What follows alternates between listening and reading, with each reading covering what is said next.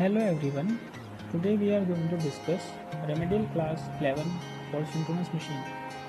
In this lecture we will discuss the effect of variation of excitation on the alternator and synchronous motor. Here we will keep the load constant, by which means that prime mover input remains constant for alternator and the mechanical load is constant for motor.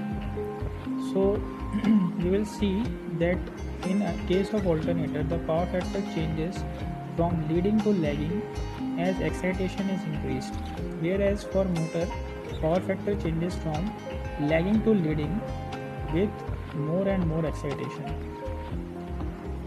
There are 4 cases to study the changes in excitation.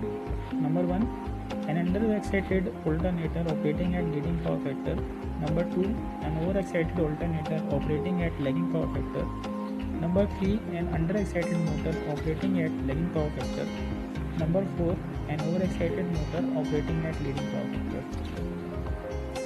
We will discuss how this changes in variation in excitation affects the characteristic of alternator and synchronous motor. First of all, armature resistance is very small, so it can be neglected considering. Therefore, the machine is acting as a generator connected to bus. The power equation becomes P is equal to EF PT upon SS sin del. For constant P, EF sin del has to remain constant, and the bus voltage is already constant. Also, constant power demands that IA cos theta should remain constant. It doesn't matter what the excitation should be. So we can see, while varying the excitation, the initial operating point of the alternator is such that it delivers lagging current IA1 at power factor angle theta 1. The corresponding EMF, excitation EMF, is EF1. So the characteristic drawn here can be seen that theta and IA, theta will change and IA value will change, so that IA cos theta in whole remains constant. Similarly, delta will change and EF will change, so that the term EF sin delta should remain constant. Therefore, the variation can be understood that initially the excitation changing results in the change in the IA cos theta terms, and the excitation constant term magnitude will make like the first power factor is leading in case of this alternator, while changing in the excitation results in leading power factor to become lagging power factor in the case of alternator. We can see from this figure.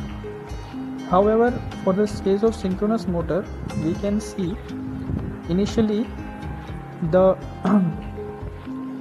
operation is reversed now. The power factor initially was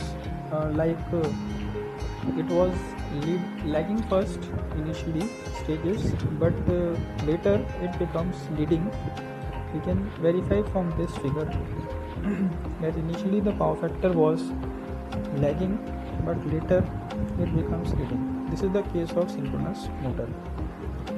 So by studying all these two characteristics, we can draw some basic curves which can clarify the operation of alternator and synchronous motor for the variation in excitation for constant load.